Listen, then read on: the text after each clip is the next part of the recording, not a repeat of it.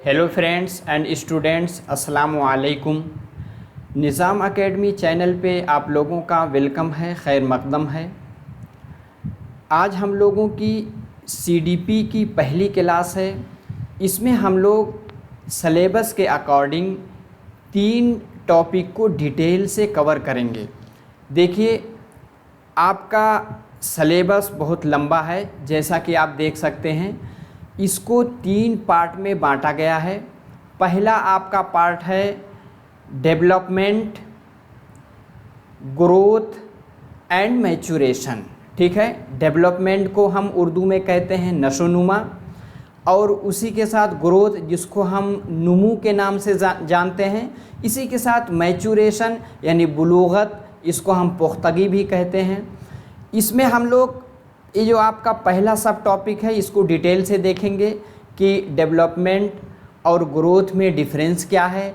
आगे हम लोग देखेंगे प्रिंसिपल्स ऑफ डेवलपमेंट, यानी डेवलपमेंट जो आपकी नशोनुमा है उसके उसूल क्या हैं, और इसको एजुकेशनल इम्प्लीकेशन, यानी हम इसको अपने तालीम में किस तरह से नाफिज करेंगे। ठीक है, तो इसमें देखिए बहुत सारे सब टॉपिक हैं, सबके बारे में डिटेल से हम लोग जानेंगे। क्लास आपकी मैराथन की शक्ल में होंगी क्योंकि टॉपिक आपके लंबे हैं। ठीक है, तो आज हम लोग क्या क्या पढ़ेंगे, डेवलपमेंट, ग्रोथ एंड मैच्योरेशन और प्रिंसिपल्स ऑफ डेवलपमेंट। ठीक है, चलिए आगे चलते हैं। देखिए, आपका सीडीपी सब में कॉमन है, चाहे आपका पेपर फर्स्ट हो, पेपर फर्स्ट में चाहे आप स्पेशल एजुकेशन के लिए हो या जनरल एजुकेशन के लिए, सब में आपका सीडीपी पूछा जाएगा। इसी के साथ पेपर सेकंड, दोनों का सिलेबस आपका सेम है, मिलता जुलता है। तो इसमें इसको 3 पार्ट में बांटा गया है। पहला जो मैंने आपको बताया डेवलपमेंट, ग्रोथ एंड मैच्योरेशन है। दूसरा पार्ट देखिए, इसमें इंटेलिजेंस है, एप्टीट्यूड है, इंटरेस्ट है, एटीट्यूड है, क्रिएटिविटी है, और इसी के साथ आपका थिंकिंग है, रीजनिंग है। ये आपका पहला पार्ट है। ठीक है, दूसरे पार्ट में क्या है, अंडरस्टैंडिंग लर्निंग। इसमें हम देखेंगे लर्निंग क्या है, लर्निंग का कंसेप्ट क्या है, परसेप्शन क्या है, फिर लर्निंग के बारे में अलग अलग जो फ़लसफ़ी हैं उनका क्या नज़रिया है। ठीक है, तीसरा जो आपका है पेडागोजिकल कंसर्न। ठीक है, इसमें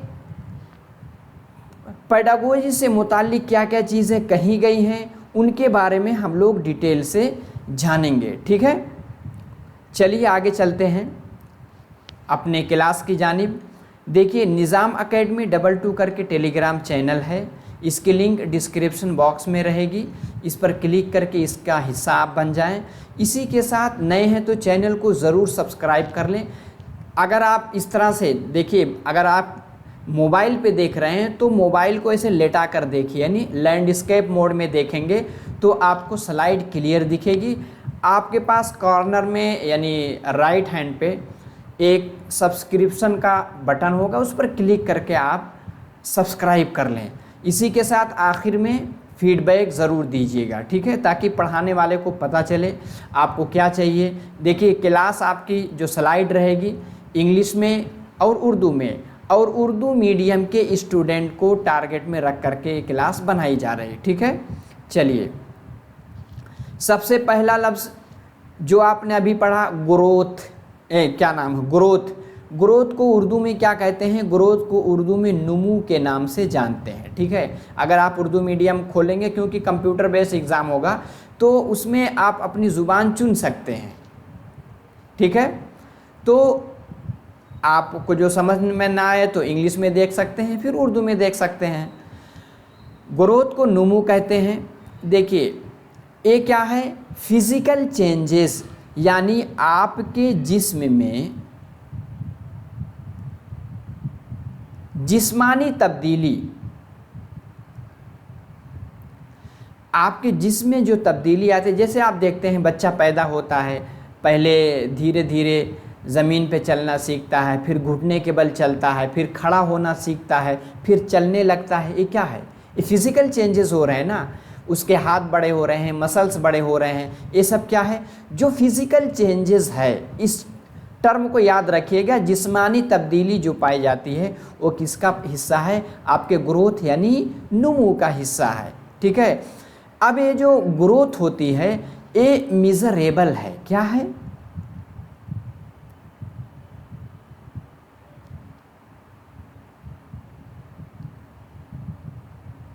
मिजरेबल। मिजरेबल का मतलब है जिसकी आप पैमाइश कर सकें। जैसे इसमें अगर किसी का कद कितना है यानी हाइट लंबाई कितनी है इसको आप नाप सकते हैं। इसी के साथ आप देखेंगे शक्ल कैसी है यानी साइज़ वगैरह, और इसी के साथ वेट यानी वज़न,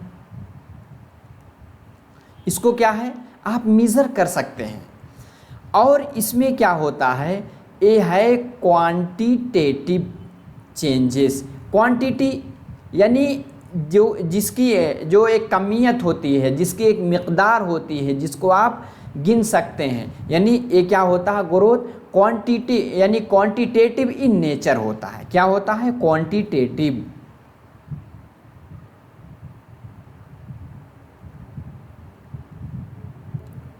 क्वांटिटेटिव इन नेचर होता है। ठीक है, ये क्या होता है ग्रोथ एक टाइम के बाद जब बुलूगत की उम्र को बच्चा पहुंच जाता है यानी उसके अंदर मैचुरेशन आ जाता है, एडोलेसेंस आ जाता है। ठीक है, तो क्या हो जाती है ग्रोथ बंद हो जाती है। ठीक है, एक टाइम के बाद ग्रोथ क्या है बंद हो जाती है, यानी स्टॉप बंद हो जाता कब? मैचुरेशन पे।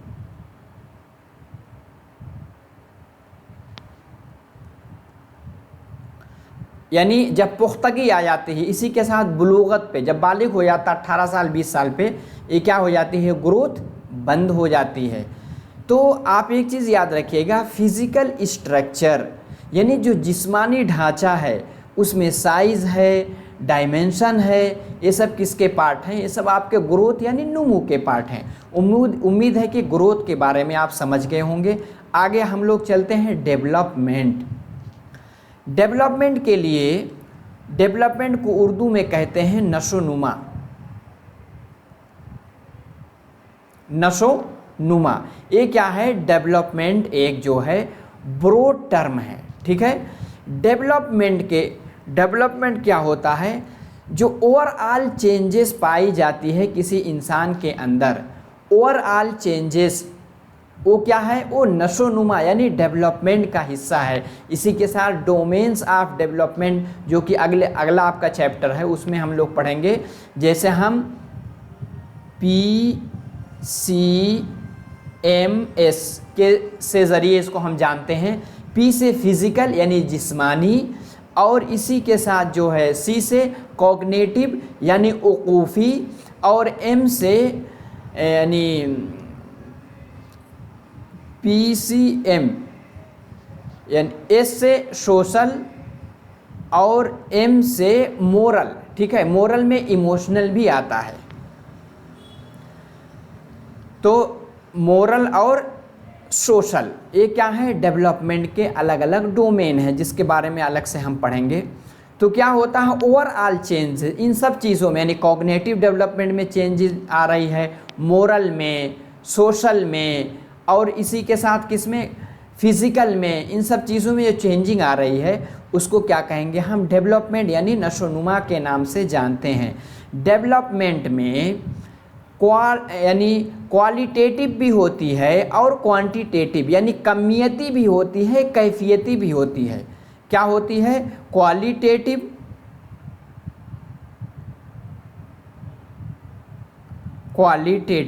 देखिए राइटिंग पे मत जाइएगा क्योंकि पेन भी बहुत अच्छा नहीं चल रहा। ठीक है, आगे है क्वांटिटेटिव।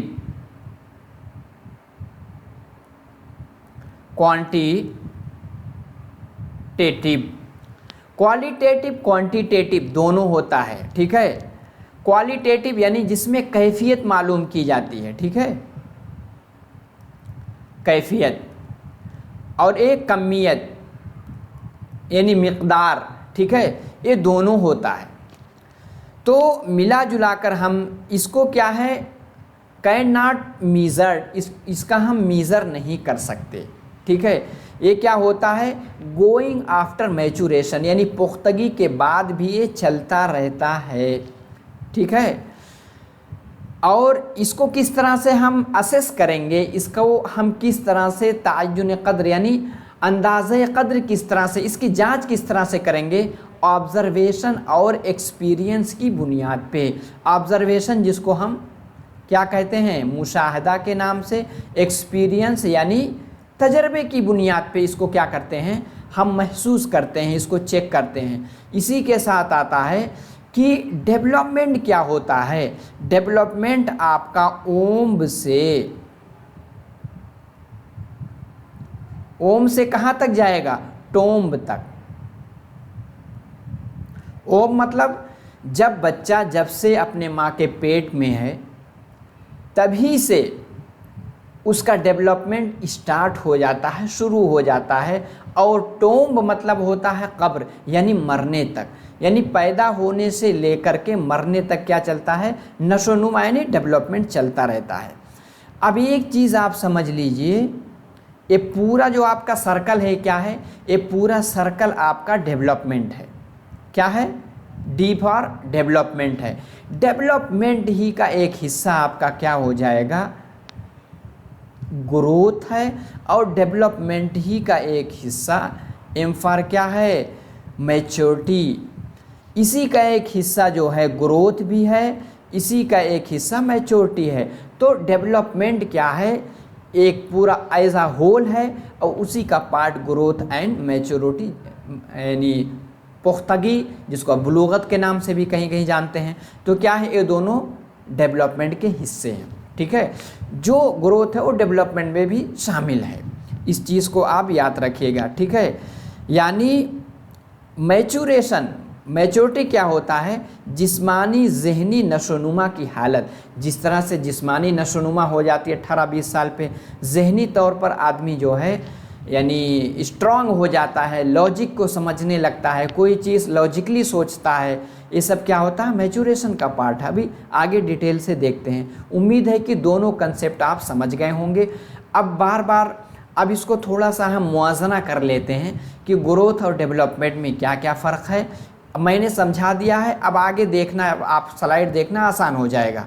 देखिए, ग्रोथ क्या है, क्वांटिटेटिव, जिसको आप क्या कर सकते हैं, मिकदार यानी कमियती। और डेवलपमेंट क्या होता है, क्वांटिटेटिव एंड क्वालिटेटिव दोनों होता है। ठीक है, इसी के साथ growth refers to physical aspect, यानी फिजिकल यानी लंबाई, चौड़ाई, मोटाई, ये किससे मुताल्लिक है, एक ग्रोथ से है। डेवलपमेंट इंक्लूड्स ऑल एस्पेक्ट, इसमें ऑल एस्पेक्ट पाए जाते हैं, जिसमें फिजिकल भी, कॉग्निटिव भी, इमोशनल भी, सोशल भी। ठीक है, आगे है growth stops at certain period of time. 18-20 साल पे ग्रोथ क्या हो जाती है, बंद हो जाती है। डेवलपमेंट कंटिन्यूज टिल डेथ, यानी मौत तक, यानी ओम से टोम तक चलती रहती है। ग्रोथ कैन नॉट मीजर्ड, यानी कैन बी मीजर्ड, उसको नाप सकते हैं ना, कोई कितना लंबा है, कितना मोटा है, बॉडी मास कितना है, सारी चीज़ें चेक कर सकते हैं। Development can only be assess, इसको क्या करते हैं, हम असेस करते हैं, यानी अंदाज़े क़द्र यानी तअय्युन क़द्र करते हैं, या हम क़द्र पैमाई करते हैं। इंक्लूड्स स्ट्रक्चरल चेंजेस, जो बदन में स्ट्रक्चरल चेंजेस होता है उसको शामिल होता है। इंक्लूड्स बोथ, क्या क्या, structural and functional. Structural and functional दोनों चेंजेस किस में पाए जाएंगे, आपके डेवलपमेंट यानी नशोनुमा में पाए जाएंगे। ठीक है, अब देखिए, क्योंकि टारगेट क्या है, उर्दू मीडियम के स्टूडेंट। ठीक है, अब तेलुगु मुझे आती नहीं है, तो आप उर्दू मीडियम में समझ सकते हैं। ठीक है, वैसे इंग्लिश में मैंने दिखा दिया है। अब देखिए, नुमू से मुराद क्या है, इंसान की जसामत, वज़न में होने वाले इजाफे से होता है। और नशोनुमा से मुराद इंसान में जसामत, वज़न के साथ साथ क्या पाया जाएगा, उसके इल्मी महारत और तर्ज़ अमल, यानी उसका यानी कॉग्निटिव डेवलपमेंट, और इसी के साथ इमोशनल, साइको मोटर, सारी चीज़ों, जो है एस्पेक्ट किसमें है, डेवलपमेंट में शामिल होते हैं, होने वाली तरक्की उमूर तब्दीलियों से है। नमू एक ऐसा पहलू है जिसके अंदर तब्दीली को नापा तौला जा सकता है, जैसे लंबाई, ऊंचाई, वज़न वगैरह। नशोनुमा के अंदर जसामत और वज़न के साथ साथ काबिलियत, अब क्या है, कैफियती भी तब्दीली रहती है। कामों के तरीके, किस तरह से आप सोशल हैं, किस तरह से आप फिज़िकल एक्टिविटीज़ है, किस तरह से आपके मोरल है, किस तरह से आपका लैंग्वेज डेवलपमेंट है, सारी चीज़ें किस में देखी जाएंगी, डेवलपमेंट में। आगे है नमू की एक हद होती है जिसे पुख्तगी, जब पुख्तगी आ जाती है 18-20 साल पे तो नमू क्या हो जाती है, बंद हो जाती है। लेकिन नशोनुमा की कोई हद नहीं होती, ये मुसलसल चलने वाला अमल है जो ताहयात जारी रहता है। यानी माँ के गहवारे से, यानी माँ की कोख से लेकर के कहाँ तक चलता है, कब्र में जाने तक। ठीक है, चलिए और कुछ पॉइंट देख लेते हैं। नुमू सिर्फ जिस्मानी आज़ा और उनकी अमली क़ुव्वतों में होने वाले इजाफे तक महदूद रहती है। नशोनुमा के मैदान हद दर्जा वसी होता है। इसमें जिस्मानी इजाफे के साथ साथ ज़हनी यानी मेंटल, लिसानी यानी लैंग्वेज, जज्बाती यानी इमोशनल, समाजी यानी सोशल और अखलाक़ी यानी मोरल, सारे जो इर्तका हैं, सारे जो डेवलपमेंट हैं, सब चीज़ इसमें शामिल होते हैं।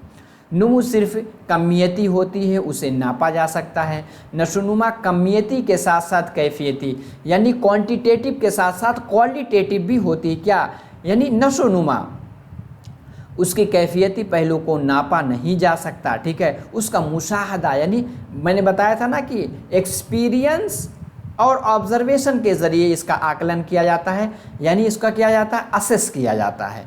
नुमू की रफ्तार शीर ख्वारगी के ज़माने में ज़्यादा होती है। आपको पता है बच्चा जब पैदा होता है, इन्फेंसी स्टेज यानी 0 से 2 साल जो बताई जाती है, इसमें क्या है, जिस्मानी नशोनुमा तेज़ी से होती है। फिर अर्ली चाइल्डहुड यानी 2 से जो 6 साल है, इसमें क्या होता है, इसमें बच्चों का लैंग्वेज डेवलपमेंट तेज़ी से होता है, तो इसमें ये चीज़ ज़्यादा होती है। बाद में कम और सुस्त पड़ जाती है। नशोनुमा हमेशा आम से ख़ास यानी जनरल टू स्पेसिफिक चलता रहता है। क्या, डेवलपमेंट। अब देखिए इसके बारे में कुछ और पॉइंट हम लोग देख लेते हैं। देखिए मैंने आपको बता दिया था, नुमू यानी ग्रोथ यानी फलना फूलना, अफजाइश पजीर होना यानी ब्रीड जिसको कहते हैं, परवरिश पाना, रौनक अफरोज़ होना, ज़ाहिर होना, ज़ुहूर तरक्की पाना। डेवलपमेंट में क्या क्या चीज़ें आती हैं, यानी अफजाइश, बढ़ोतरी, रोइदगी और तरक्की पजीरी वगैरह। ये दोनों इस्तिलाह तकरीबन हम माना है। ठीक है, यानी दोनों में बढ़ोतरी होती है। ये दोनों इस्तिलाह ज़िंदगी के दौरान यानी दौरे हयात में होने वाली तब्दीलियों की पैमाइश के लिए इस्तेमाल होती है। नुमू सिर्फ तबई और फ़ुरू के इजहार के लिए इस्तेमाल होने वाली इस्तिलाह मिक़दारी है, जैसे बताया नहीं कि कद है, वज़न वगैरह। अब ये है नशोनुमा दरअसल तबई यानी फ़िज़िकल और मेंटल फ़रोग़ के लिए इस्तेमाल किया जाता, इस्तेमाल होने वाली इस्तिलाह है। इस इस्तिलाह को कामिल और मुकम्मल फ़रोग़ के लिए इस्तेमाल किया जाता है। इसमें नुमू भी शामिल है। बताए नहीं, नुमू क्या है, डेवलपमेंट यानी नशोनुमा का एक हिस्सा है। इसी तरह मैच्योरिटी, ठीक है, मैच्योरेशन भी ये क्या है, उसका हिस्सा है। मिसाल के तौर पर शक्ल सूरत है, साख्त है, कारकर्दगी है, समझबूझ है, कद्र वज़न वगैरह। ये इस्तिलाह दरअसल ज़ाहिरी यानी नुमू की पैमाइश और बातनी यानी ज़हनी समझ की पैमाइश दोनों के लिए इस्तेमाल होती है। अब इसमें क्या फ़र्क है, इसके तो बार बार अब क्या इसमें बताएंगे, आगे चलते हैं। अब आगे दूसरी चीज़, उम्मीद है कि डेवलपमेंट यानी नशोनुमा और ग्रोथ यानी नुमू का डिफरेंस भी आप समझ गए होंगे। अगर समझ गए एक बार लाइक करें, कमेंट बॉक्स में फीडबैक ज़रूर दें। ठीक है, आगे तीसरा जो आपका सिलेबस का हिस्सा है, मैच्योरेशन। मैच्योरेशन के लिए कभी बुलूगत लिख के उर्दू में आ सकता है, कभी कभी पुख्तगी लिख के आएगा। क्या आएगा, पुख्तगी।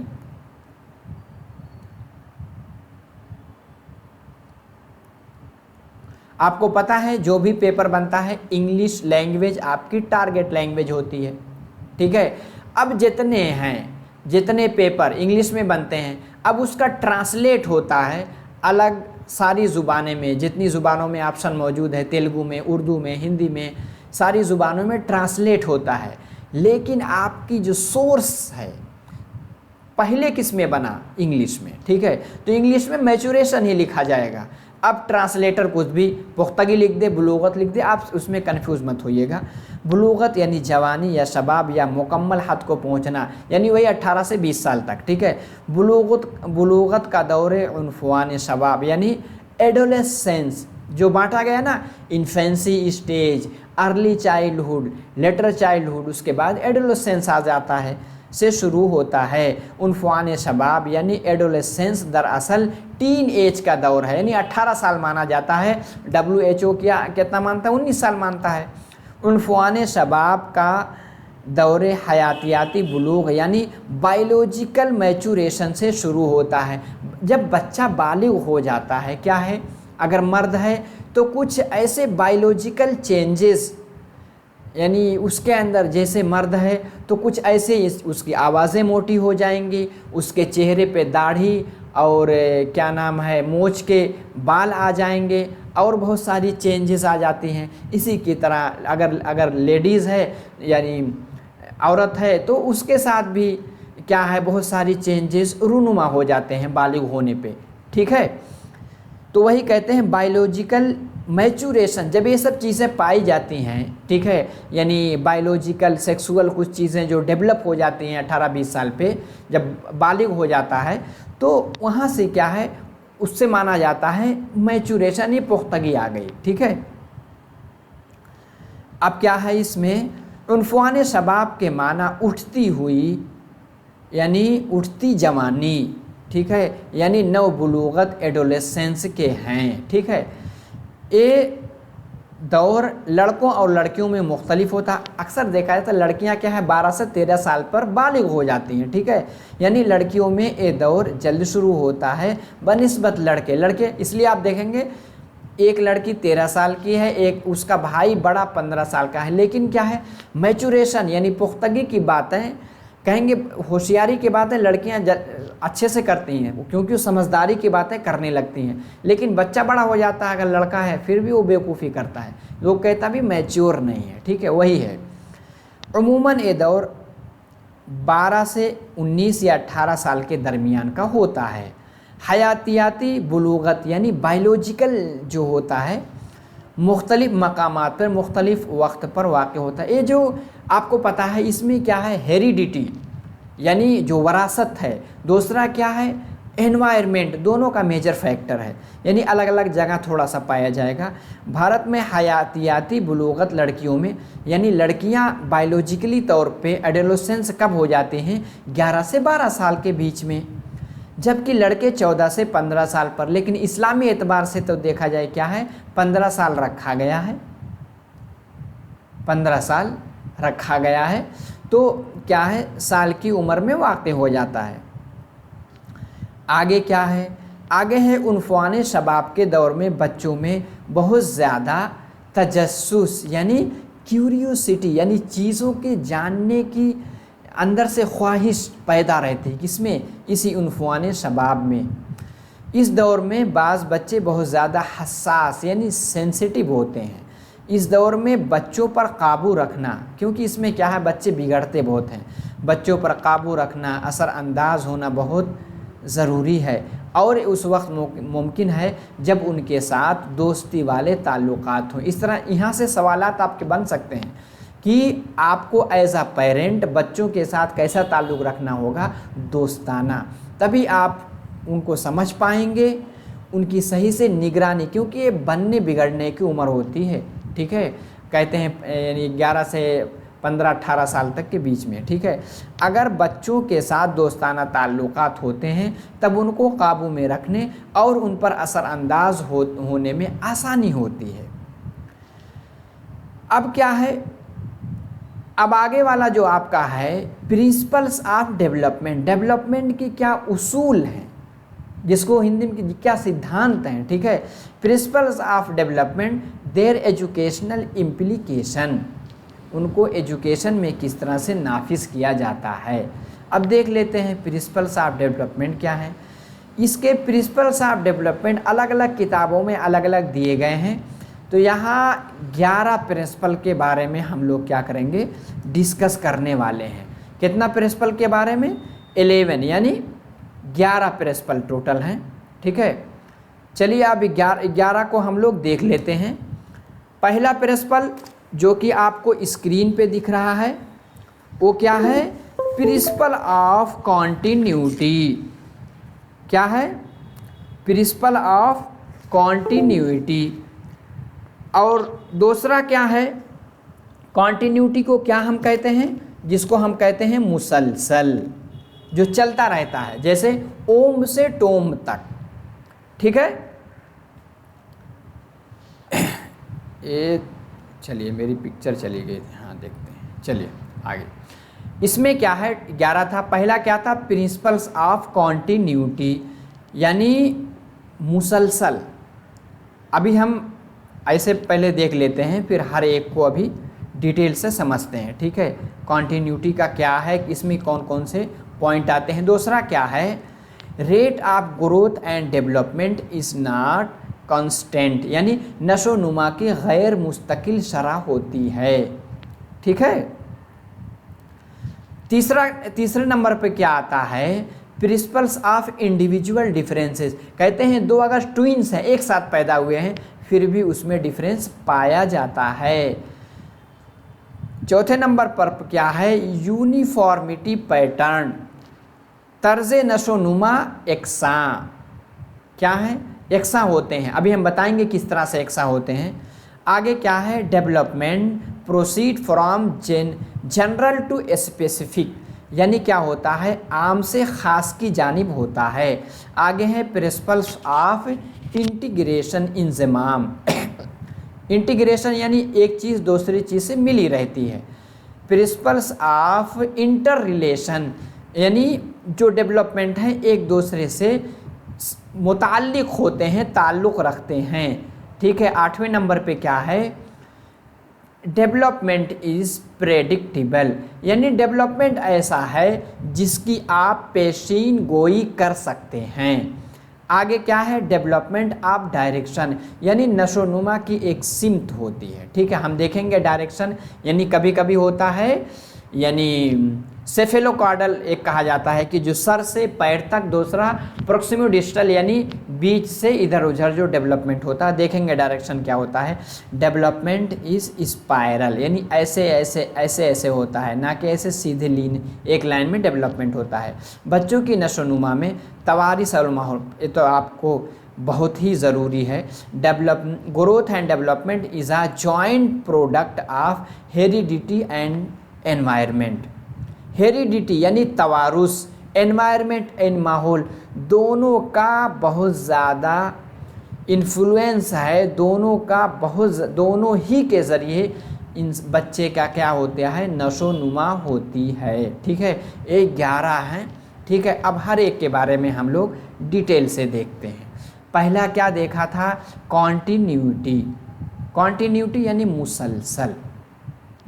मैंने पहले आपको बताया था डेवलपमेंट क्या होता है, ओम से टोम, यानी पैदा होने से लेकर के मौत तक जो है डेवलपमेंट होता रहता है। इस उसूल के तहत इक्तिसाब यानी लर्निंग, सीखने का अमल, यानी रहमे मादर, जब ओम कहते हैं ना बच्चेदानी को, रहमे मादर से लेकर मौत तक, यानी ओम से टोम तक बच्चा सीखता रहता है। देखिए लर्निंग के अलग अलग होते हैं, formal learning, informal learning, non formal learning, जो कि पर्सपेक्टिव इन एजुकेशन, जब आप डीएससी की क्लास लेंगे उसमें हम डिटेल से आपको बताएंगे, ठीक है। बच्चे में चंद चीज़ें रहमे मादर में ही मुंतकिल होती हैं, यानी बच्चा जब अपने माँ के पेट में होता है तभी से क्या होता है, उसकी नशोनुमा शुरू हो जाती है। चंद यानी बचपन और जवानी वगैरह में सीखता है, लेकिन ये सीखने का अमल मौत तक यानी मौत होने तक जारी रहता है, ठीक है। यानी डायरेक्टली इनडायरेक्टली बच्चा पूरी ज़िंदगी, कोई भी इंसान हो, सीखता रहता है। दूसरा क्या था, rate of growth and development is not constant, यानी सीखने यानी इक्तिसाब की शरह हमेशा एक जैसी नहीं होती है। जैसे आप बताया गया अर्ली चाइल्डहुड यानी दर्जा यानी 2 से 6 साल तक बच्चे का लैंग्वेज डेवलपमेंट यानी ज़ुबान के सीखने की सलाहियत सबसे ज़्यादा रहती है। अगर मान लो आप यहाँ हैं, उर्दू बोलते हैं, तेलुगु बोलते हैं, आप अगर दुबई या आप इंग्लैंड या आप लंदन शिफ्ट कर जाएं, आपका बच्चा अभी 2 साल का है, तो 6 साल तक पहुँचते पहुँचते जितनी तेज़ी से वो इंग्लिश बोलने लगेगा, समझने लगेगा, आप फादर यानी वालिदैन होने के नाते आप उतनी तेज़ी से ज़ुबान नहीं सीख पाएंगे। क्यों? क्योंकि ये क्या है, कुछ ऐसे स्टेजेस हैं, infancy stage, early childhood, letter childhood, इसी तरह एडोलेसेंस, तो किस स्टेज में क्या चीज़ ज़्यादा नमू करती है। तो कहा गया है कि जीन पियाजे भी ये कहते हैं 2 से 6 साल में अर्ली चाइल्डहुड में लैंग्वेज डेवलपमेंट बहुत तेज़ी से होता है। वही चीज़ है, कोई चीज़ बराबर नहीं चलती।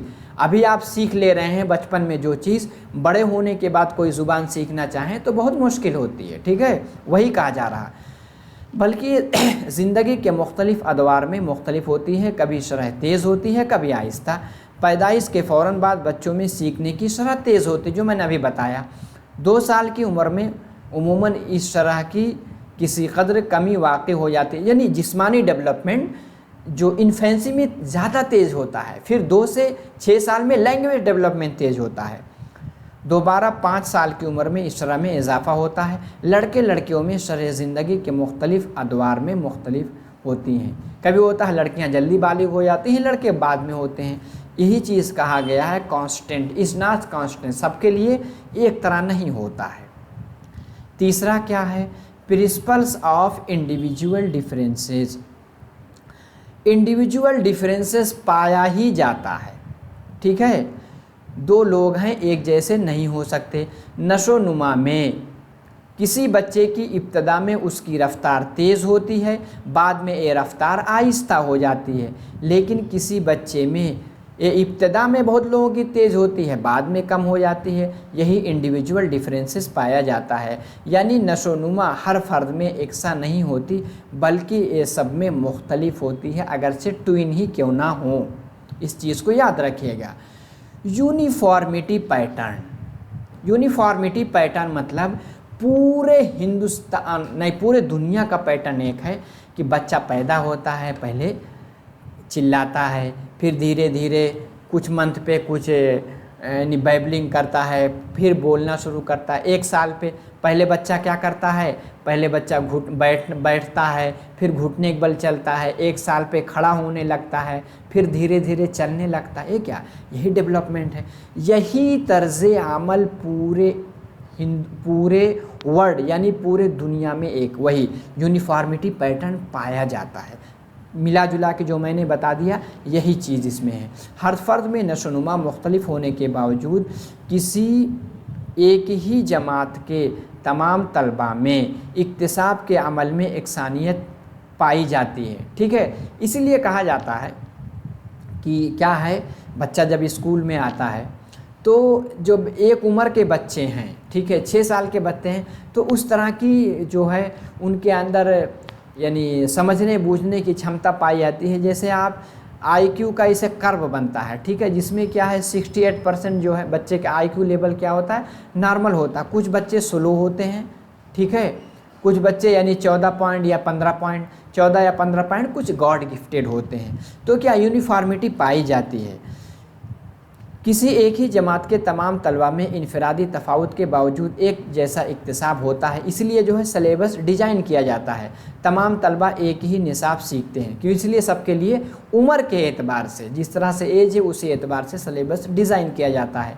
जीन पियाजे ने जो स्टेज बांटी है, सेंसरी मोटर, प्री ऑपरेशनल यानी कंक्रीट ऑपरेशनल, फॉर्मल ऑपरेशनल, उसको जहन में रख करके ही सलेबस डिज़ाइन किया जाता है।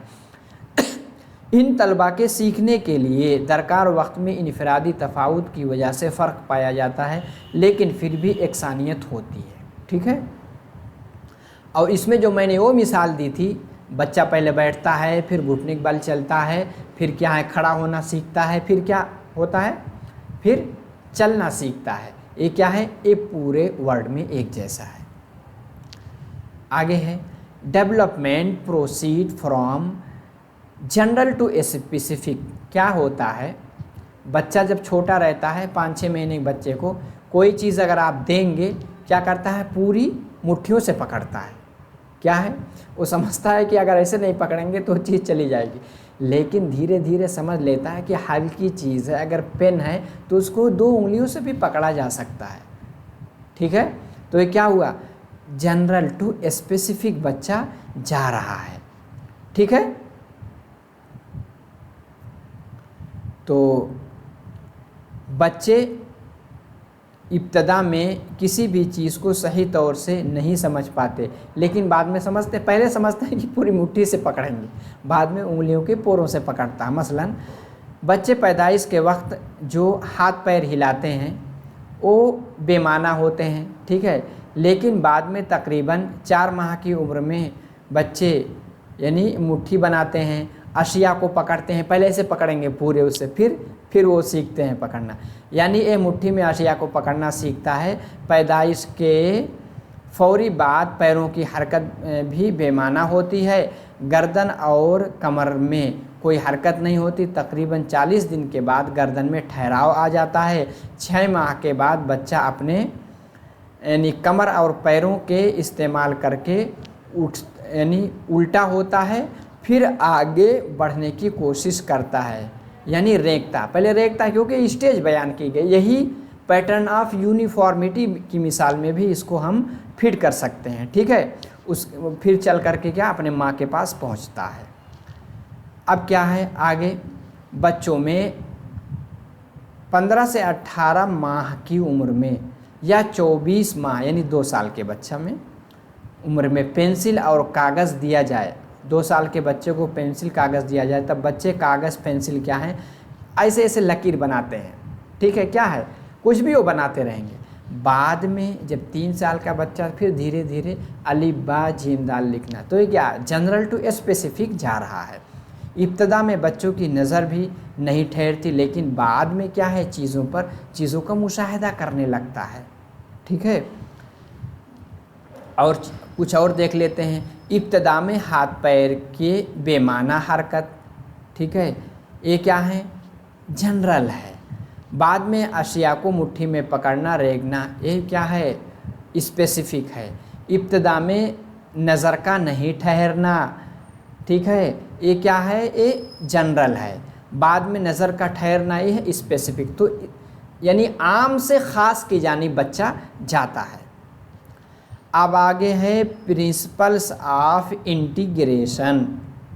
क्या है प्रिंसिपल्स ऑफ इंटीग्रेशन। इंटीग्रेशन का मतलब जैसे आप देखते हैं आप साइकिल चला रहे हैं, मिसाल के तौर पे आप साइकिल चलाते हैं, उसमें क्या है एक चीज़ दूसरे चीज़ से इंज़िमाम करती है। जैसे उसमें आप पॉडिल भी मारेंगे, यानी आप मोटर वो होता है, आप उसमें मेंटली तौर पर हर चीज़ देखते भी रहेंगे, आप ब्रेक भी लगाएंगे। ये क्या है, तो यही क्या है प्रिंसिपल्स ऑफ इंटीग्रेशन। एक चीज़ दूसरे चीज़ से मिली होती है। नशो नुमा के कभी कभी होता है कुल से जुज़, जुज़ से कुल, दोनों पाया जाता है। नशो नुमा कुल से जुज़ की जानिब और जुज़ से यानी पार्ट से होल की जानिब पाया जाता है। ये एक दूसरे में इंज़िमाम यानी इंटीग्रेशन पजीर होते हैं। मसलन अगर एक बच्चा साइकिल चलाना सीखता है तब उस बच्चे को बाद में मोटरसाइकिल चलाना सीखने में आसानी हो जाती है। यही है, अगर आपने साइकिल चला लिया तो क्या हुआ आपका बैलेंस बन गया, उसके बाद आपको स्कूटी दे दी जाए तो आप उसको चला लेंगे क्योंकि उसका कान ही ऐंठना है। लेकिन अगर आपने साइकिल चलाना नहीं सीखा तो पहले आपको बैलेंस बनाने ही में बहुत टाइम लग जाएगा। ठीक है, इसी तरह जब कोई शख्स मोटरसाइकिल चलाने से वाकिफ़ हो जाए तब उस शख्स को कार चलाना आसान हो जाएगा। इसी तरह अगर बच्चे के घर के माहौल में साइकिल या मोटरसाइकिल चलाना नहीं है बल्कि हमेशा कार ड्राइवर के साथ मौजूद है तब भी ज़रूरत पड़ने पर ख़ुद कार चलाना चाहिए। जैसे आपके पास साइकिल नहीं थी, आपने अपनी ज़िंदगी में साइकिल चलाना नहीं सीखा, ठीक है। 1 मिनट रुक जाते हैं, अज़ान हो रही है, उसके बाद शुरू करते हैं।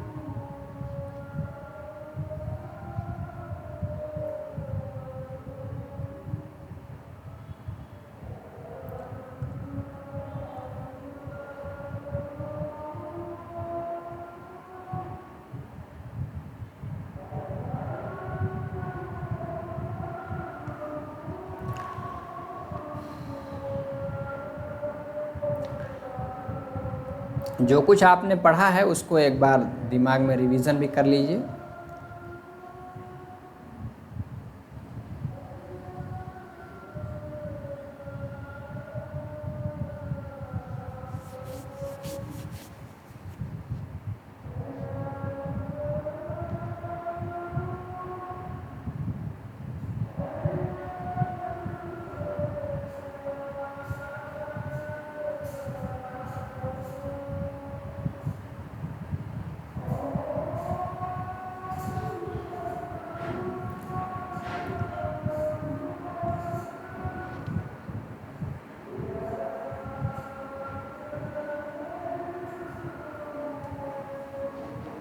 चलिए अब हम लोग आगे चलते हैं।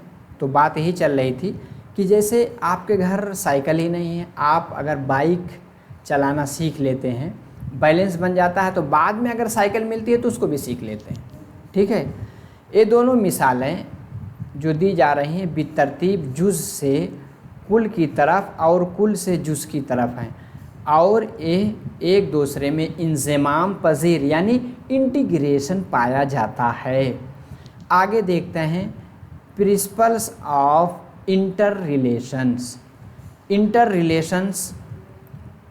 यानी एक चीज़ दूसरे चीज़ से रिलेटेड होती। जैसे मान लो किसी दिन आपका मूड ऑफ है, क्या है, आपका मूड ऑफ है, तो आप काम ठीक से नहीं कर पाएंगे ना।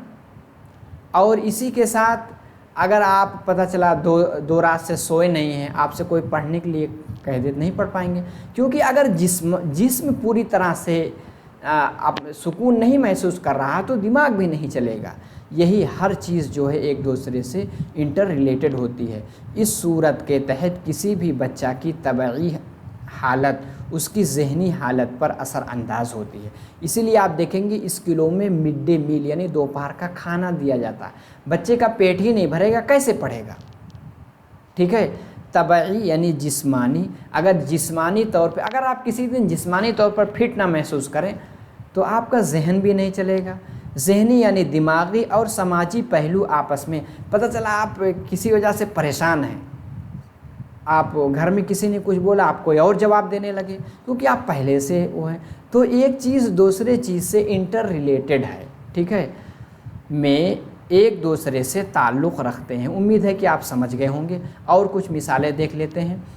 इल्मे नफ्सियात के मुताबिक एक कहावत 100% मशहूर है, क्या है, एक सेहतमंद जिस्म में सेहतमंद दिमाग भी पाया जाता है। इसका ये मतलब हरगिज़ नहीं है कि हर सेहतमंद जिस्म के अंदर सिर्फ सेहतमंद, कोई सेहतमंद है तभी उसके अंदर सेहतमंद दिमाग, इसका मतलब निकालना नहीं है, बल्कि सेहतमंद जिस्म के बावजूद भी कमज़ोर दिमाग हो सकता है, क्योंकि आईक्यू लेवल कम है। कमज़ोर जिस्म के बावजूद भी सेहतमंद दिमाग हो सकता है। इसी तरह समाजी पहलू यानी घर का माहौल, ख़ानदान का माहौल, मोहल्ले का माहौल भी ज़हनी पहलू से मरबूत होता है। एक बच्चा उसके वालिदैन बहुत ही नेक थे, लेकिन संगत गलत मिल गई, आसपास रहने वाले पड़ोसी अच्छे नहीं थे, तो बच्चा भी चोर चंडाल बन सकता है, ठीक है। यानी तमाम समाजी माहौल के असरात जहन की नशोनुमा पर असरानंदाज होते हैं। तबई नशोनुमा समाजी असरात जहन की नशोनुमा पर असरानंदाज होते हैं। इसी तरह अगर कोई फ़र्द ज़हीन हो यानी आईक्यू लेवल उसका ज़्यादा 100+ हो, ठीक है, ज़्यादा हो, तब भी वो अपने लिए समाज में बेहतर फ़ैसले ले सकता है, ठीक है। आगे है डेवलपमेंट इज़ प्रेडिक्टेबल। जैसे आपने देखा कभी कभी आपके भी बच्चे हैं, बच्चे अगर छोटा है 1 ही साल पे 2 साल पे ऐसे ऐसे एक्टिविटीज़ कर रहा है, आप कहेंगे बच्चा बहुत ज़हीन होगा। पता चला 2 ही साल का बच्चा है लेकिन उसकी हाइट बहुत बढ़ गई, आप कहेंगे बच्चे की हाइट बहुत ज़्यादा होगी। तो क्या है, डेवलपमेंट प्रेडिक्टेबल है। उमूमन मुदर्रिसीन अपने तलबा के ताल्लुक़ से पेशीन गोई करते हैं। ये दरअसल उनकी नशोनुमा और माजी को देख करके, जो टीचर उनका ऑब्ज़र्वेशन करता है, ठीक है, बच्चा जो उनके टीचर उनके पोर्टफोलियो में देख करके लिख करके क्या है बता देता है कि ये जो आगे जाएगा, ठीक है, इस फील्ड में अच्छा है। क्योंकि वालिदैन अगर वालिदैन करें, वालिदैन में हो सकता है बायसनेस पाया जाए, ठीक है, क्योंकि वालिदैन अपने बच्चों के ताल्लुक़ से अपने दिलो दिमाग में एक नरम गोशा रखते हैं, इसलिए उनके ताल्लुक़ से पेशीन गोई करते हुए जानिबदार हो सकते हैं, ठीक है। इसी वजह से अक्सर व बेशतर वालिदैन की पेशीन गोई सही साबित नहीं होती है, लेकिन असातिज़ा बनिस्बत वालिदैन के गैर जानिबदार होते हैं और अपने माजी के तजर्बात की बुनियाद पर पेशीन गोई करते हैं, इसलिए उनकी पेशीन गोई अक्सर बेशतर सही साबित होती है। लेकिन यहाँ ये बात मालूम होना ज़रूरी है कि वस्ताज़ हकीकत में वस्ताज़ हो, उसके जहन में तमाम तसव्वुरात साफ़ व शफ़ाफ़ हो। कभी बायसनेस टीचर के अंदर भी पाई जाती है। एक नाकाम उस्ताद की पेशीन गोई सही नहीं हो सकती। दरअसल हकीकी उस्ताद, ठीक है, पैदा होता है ना कि बनता है। आज दुनिया में मौजूदा तमाम तदरीसी कोर्स तदरीसी सलाहियत में इजाफ़ा करते हैं, ना कि तदरीसी सलाहियत को पैदा कर सकते हैं। यानी किसी फ़र्द में अंदरूनी तौर पर अगर तदरीसी सलाहियत मौजूद ना हो तो एक कामयाब उस्ताद, देखिए इससे मैं बहुत ज़्यादा इत्तफ़ाक़ नहीं रख सकता, क्योंकि अगर उसके अंदर इंटरेस्ट है, अगर मोटिवेशन है, तो साइकोलॉजी वगैरह पढ़ करके अपने अंदर सुधार ला सकता है, ठीक है। आगे चलिए, डेवलपमेंट ऑफ डायरेक्शन। डेवलपमेंट के ताल्लुक़ से कहा जाता है 2 तरह के डेवलपमेंट होते हैं। एक होता है सर से पाँव तक। अब सर से पाँव तक देखिए, हो सकता है इंग्लिश में लिखा हो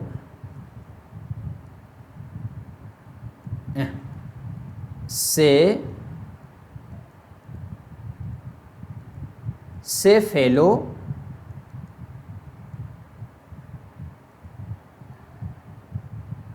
सेफेलोकॉर्डल अगर लिख दिया गया तो क्या है, सर से पैर तक। मतलब डेवलपमेंट ऐसे होगा, पहले सर, उसके बाद फिर पैर दे, ठीक है, इस तरह। देखिए सेफेलो क्या होता है, सेफेलो लैटिन वर्ड है, इसके मतलब होता है खोपड़ी, ठीक है। यहाँ से यानी सर से पाँव, यानी कॉर्डल का मतलब वही जो उंगलियों के पोर, यानी जो आपके होते हैं पाँव, वहाँ तक, यानी आपके एड़ी तक, ठीक है, कॉर्डल। तो सर से पैर तक होता है, दरमियान से शुरू होकर तमाम जानिब फैलता, उसको क्या कहते हैं, प्रोक्सिमो डिस्टल। क्या कहते हैं, याद रखिएगा टर्म, क्योंकि हो सकता है इंग्लिश में ऐसे ही पूछ ले। प्रोक्सिमो डिस्टल। प्रोक्सिमो डिस्टल क्या होता है, यानी बीच से, यानी दरमियान से शुरू होकर चारों जानिब होता है। मालूम से नामालूम, एक चीज़ मालूम होती, दूसरी चीज़ नामालूम, ये 3 चीज़ पाया जाता है, यानी डेवलपमेंट इस तरह से पाया जाता है। आगे है डेवलपमेंट इस स्पाइरल नॉट लीनियर। डेवलपमेंट क्या होता है, स्पाइरल। आपने अपने नोटबुक की स्पाइरल बाइंडिंग कराते हैं तो ऐसे ऐसे होती ना, ऐसे ऐसे स्पाइरल, यानी डेवलपमेंट का भी जो स्टेज में बांटा गया है, infancy, early childhood, lateral childhood, adolescence, हर जगह एक तरह से डेवलपमेंट कहा जाता है।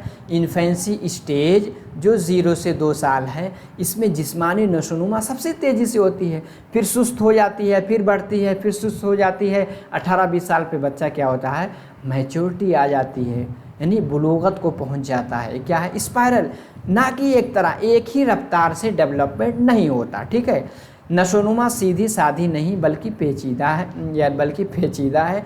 नशोनुमा में तबई नुमू के असरात ज़हनी नुमा पर भी हो सकते हैं, ठीक है। देखिए आपको बताया गया है, नशोनुमा अगर हम खत्ती यानी एक लाइन ऐसे नहीं होता है, बल्कि नशोनुमा कैसे होगा, इस तरह से होगा, ठीक है, स्पाइरल। नशोनुमा की रफ्तार कभी कम कभी ज़्यादा होती है, कभी सीधी कभी उल्टी होती है, इसीलिए कहा जा सकता है नशोनुमा एक पेचीदा अमल है, यानी प्रोसेस है। ठीक है। अब सबसे आखिर में प्रिंसिपल्स ऑफ डेवलपमेंट में क्या बताया गया था? Growth and development is a joint product of heredity and environment. किसी भी बच्चे की नशोनुमा में मेजर रोल हेरिडिटी, जिसको हम तवारुस के नाम से जानते हैं, एनवायरनमेंट जिसको हम माहौल के नाम से जानते हैं। बच्चे के नुमू व नशोनुमा पर तवारिस माहौल ही जो है असरअंदाज होते हैं। अब वालिदैन, जैसे देखा जाता है, आप तवारिस में क्या ले सकते हैं? हेरिडिटी में किसी के वालिदैन लंबे हैं तो बच्चे भी लंबे हो गए, किसी के वालिदैन की जो आँखों का कलर है बच्चों का हो गया, बालों का जो कलर है उसी तरह से बच्चों का हो गया, इसी तरह से नाक नक्शा जो है सब क्या है? वो सब क्या है? हेरिडिटी। ज़हानत का असर बच्चा की जसामत और ज़हानत पर दिखाई देता कभी कभी। और एनवायरनमेंट क्या है? माहौल। कभी बच्चे को माँ बाप भी बहुत ज़हीन, बहुत तेज़ तर्रार मिल गए, माहौल भी अच्छा मिल गया, बच्चे बहुत आगे जाते हैं। ठीक है।